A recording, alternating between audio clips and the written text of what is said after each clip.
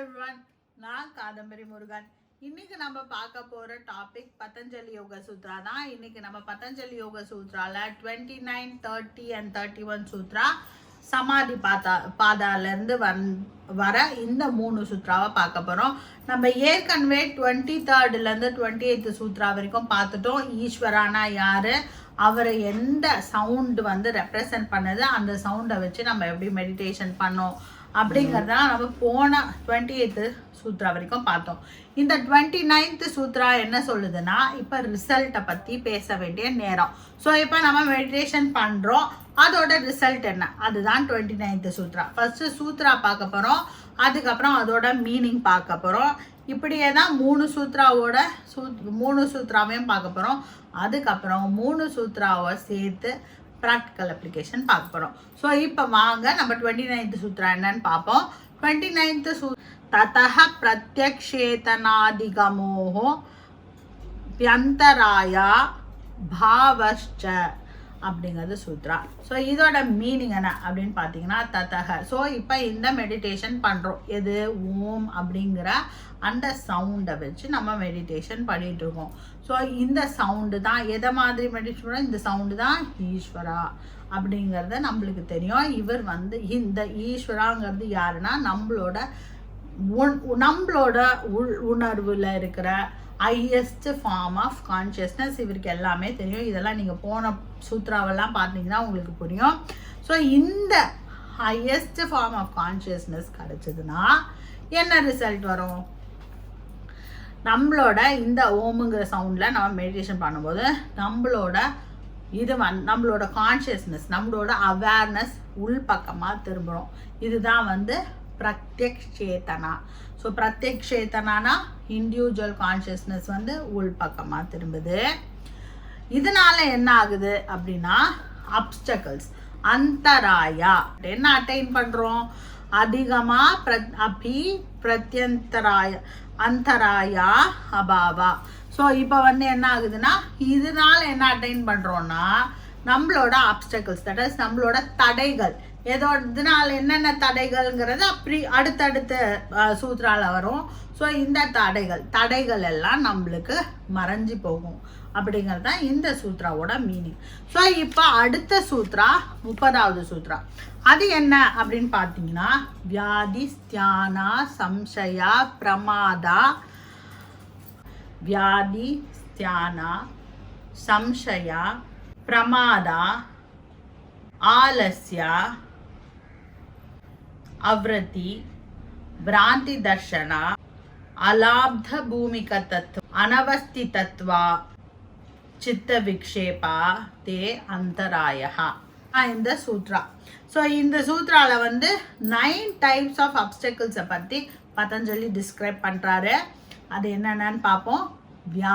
வியாதினா என்ன, டிசீஸு. அடுத்தது ஸ்தியானானா dullness of mind. அதுக்கப்புறம் சம்சயாங்கிறது டவுட், நம்மளுக்கு எல்லாருக்கும் வரும் இல்லையா, ஒரு சந்தேகம் அது. அப்புறம் பிரமாதனா ப்ரோக்ராஸ்டினேஷன், தட் இஸ் தள்ளி போட்டுட்டே வர்றது. அதுக்கப்புறம் ஆலஸ்யனா லேசினஸ்.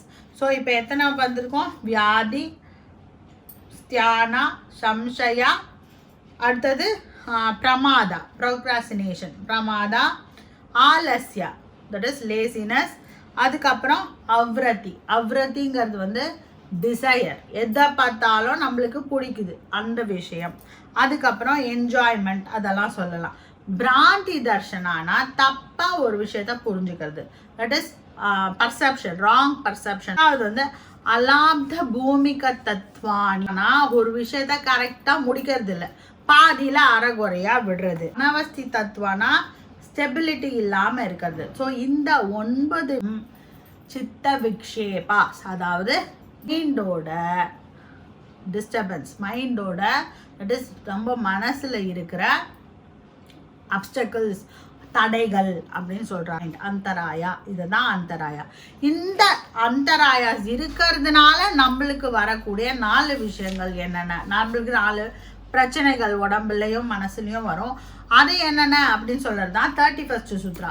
அது என்ன சொல்லுது அப்படின்னு பார்த்தீங்கன்னா, துக்க தௌர்மனஸ்ய அங்கமேய ஜத்வா சுவாச பிரஸ்வாசா 4 க்ஷேப சஹபுவஹ. இதுதான் இந்த 4 இது கூட சேர்ந்து வர ஒட்டிட்டு வர அப்டக்கல்ஸ், தட் இஸ் உடம்புல வர பிரச்சனைகள். இது என்னென்ன? துக்கம். துக்கம்னா என்ன? துக்கா பெயின் ஆர் மைண்ட் என்ன ஆகும்? இப்போ நம்மளுக்கு டிசீஸ் எல்லாம் இருந்ததுன்னா நம்ம உடம்புக்கு வலி வரும். ஸோ அந்த வலி. அதுக்கப்புறம் தௌர்மனஸ்யா, பெயின் இருந்தால் ஆட்டோமேட்டிக்காக நம்மளுக்கு என்ன வரும்? டிப்ரெஷன் வரும். அதுக்கப்புறம் அங்கமேய ஜத்வா. ஸோ இப்போ பெயின் இருக்குது, டிப்ரெஷன் இருக்குது, அப்போ என்ன ஆகும்? அங்கமேய ஜத்வானா பாடி ஷேக் ஆகிற விஷயம். இது 2-3 இருந்தால் அடுத்தது என்ன வரும்? ரொம்ப சிம்பிள், சுவாச பிரஸ்வாசா. நம்மளோட ப்ரீதிங் பேட்டர்ன் மாறிடும். ப்ரீதிங் பேட்டர்ன் மாறிடுச்சுன்னா என்ன? ரொம்ப வேகமாக ப்ரீத் பண்ணுவோம். அப்போ என்ன ஆகும்? நம்மளோட நர்வஸ் சிஸ்டம் பாதிக்கிச்சிருக்கு. So sympathetic nervous system activate ஆகும். இதை தான் இவர் இவ்வளோ அழகாக சொல்கிறாரு. ஸோ இதெல்லாம் வந்துச்சுன்னா என்ன ஆகும்? இதெல்லாமே வியாதி தான். ஸோ இதனால நம்மளுக்கு இதெல்லாமும் சேர்ந்து வர அப்டக்கல்ஸ்.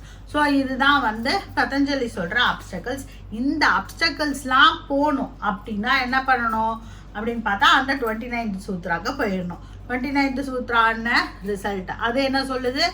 ஓம் அப்படிங்கிற அந்த ஒரு வார்த்தையில், தட் இஸ் அந்த ஒரு சவுண்டில் நம்ம மெடிடேஷனை பண்ணிகிட்டே வந்தோன்னா இந்த 13 விஷயங்கள், இந்த அந்தராயாஸ், அதாவது அப்டக்கல்ஸ், மைண்ட்லேயும் பாடியிலையும் வர அப்டக்கல்ஸ் நம்மளுக்கு காணாமல் போயிடும் அப்படின்னு பதஞ்சலி சொல்கிறாரு. இப்போ நம்மளோட ப்ராக்டிக்கல் அப்ளிகேஷனுக்கு நம்ம வருவோம். ஸோ ப்ராக்டிக்கல் அப்ளிகேஷன் என்ன அப்படின்னு பார்த்தீங்கன்னா, இந்த 13 விஷயங்களும் வெறும் மெடிடேஷனுக்கு மட்டும்தான் இருக்கான்னு கண்டிப்பாக கிடையாது. ஒரு சின்ன எக்ஸாம்பிள் வச்சு நம்ம இது டே டு டே லைஃப்பில் நம்ம எப்படி இந்த அப்டக்கல்ஸில் நம்ம எப்படி புரிஞ்சிக்கலாம் அப்படின்னு பார்ப்போம். அண்ட் இதுலேருந்து எப்படி வெளியில் வருதுன்னு பார்ப்போம். நம்ம வியாதி. ஸோ நம்மளுக்கு ஒரு சின்ன எக்ஸாம்பிள் என்னன்னா, நம்ம ஒரு டயட்டை ஃபாலோ பண்ண ஆரம்பிக்கிறோம் அப்படின்னு வச்சுக்கோம். இப்போ வியாதி. ஸோ இந்த டயட்டை ஃபாலோ பண்ணிகிட்டே இருக்கும். திடீர்னு நம்மளுக்கு ஒரு டிசீஸ் வருது. மேபி ஒரு காஃபோ ஒரு கோல்டோ வருது. அப்போ நம்ம என்ன பண்ணுவோம்? வியாதி வந்துருச்சு. வியாதி வந்தோடனே என்ன பண்ணுவோம்? ஸ்தியானானா என்ன? டல் ஆகிடும். ஸ்தியானாக்கு அப்புறம் என்ன ஆகும்? சம்சயா, நம்மளுக்கு ஒரு டவுட் வரும். ஒரு வேளை நம்ம இந்த டயட்டை ஃபாலோ பண்ணுறதுனால தான் நம்மளுக்கு இந்த கோல்டோ இல்லை காஃபோ இல்லை ஒரு ஃபீவரோ வந்துச்சோ அப்படிங்கிற ஒரு டவுட் வரும். அதுக்கு அடுத்தது என்ன பண்ணுவோம்? பிரமாதான டவுட் வந்ததுக்கப்புறம் பிரமாதா. ஸோ ஓகே, நம்ம இந்த டயட்டை கொஞ்சம் தள்ளி போட்டுப்போம், அப்புறமா நம்ம ஃபாலோ பண்ணுவோம் அப்படின்னு சொல்லிட்டு ஒரு 2-3 நாள் தள்ளி போடுவோம். அது ப்ரோக்ராஸ்டினேஷன். அதுக்கப்புறம் அலசியானா லேசினஸ். இப்போ நம்ம தள்ளி போட்டுட்டோம். இப்போ நம்ம திருப்பியும் அந்த டயட்டை ஃபாலோ பண்ணுறதுக்கு நம்ம போகணும். அதுக்கு நம்மளுக்கு ஒரு சோம்பேறித்தனம் வரும். அது அலசியா. அப்புறம் அவ்ரத்திங்கிறது என்ன? கிரேவிங்ஸ். இப்போ என்ன ஆச்சு? நம்மளுக்கு நம்ம டயட்லேருந்து வெளில வந்துட்டோம். இப்போ கிரேவிங்ஸ் ஆட்டோமேட்டிக்காக நம்மளுக்கு வரும். நம்ம எதை வேணால் சாப்பிட்டுக்கலாம் அப்படின்ற ஒரு எண்ணம் வரும். இது டிசையருக்கு சொல்கிறேன்.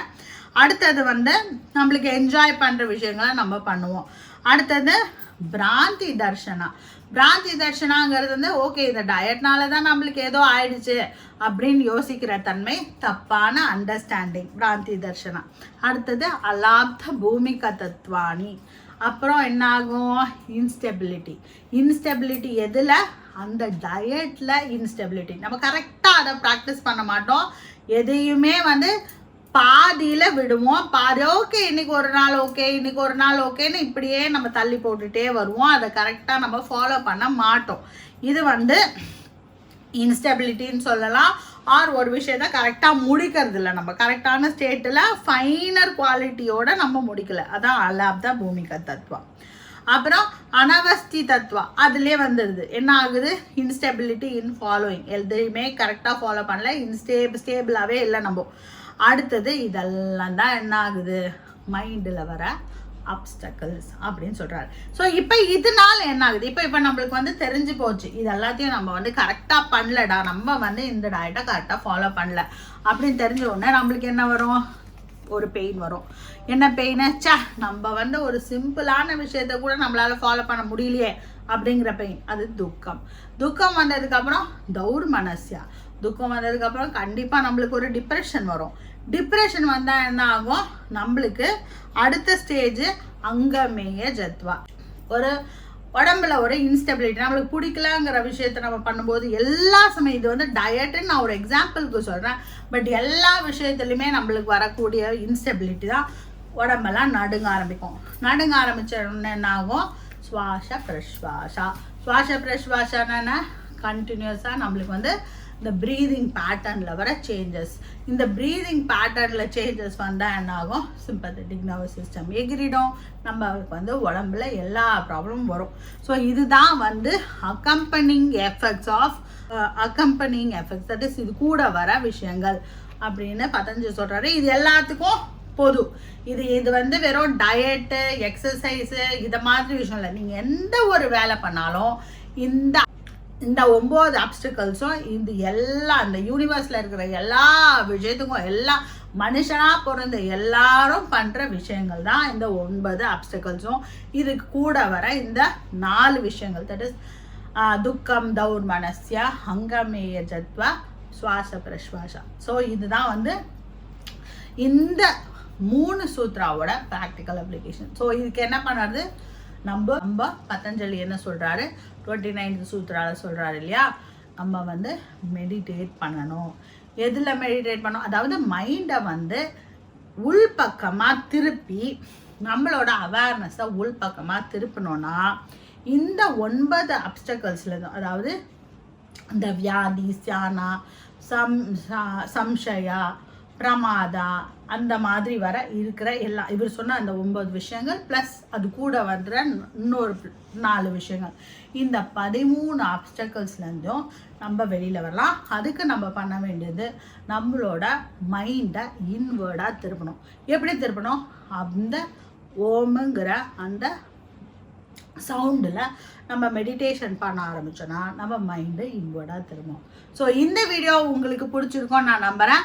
இந்த வீடியோ உங்களுக்கு பிடிச்சிருந்தா உங்கள் ஃப்ரெண்ட்ஸோட இதை ஷேர் பண்ணுங்கள். இதே மாதிரி அடுத்தடுத்த வீடியோஸை நீங்கள் பார்க்கறதுக்கு இந்த சேனலை சப்ஸ்கிரைப் பண்ணுங்கள். Be happy, make others happy. வாழ்க வளமுடன்.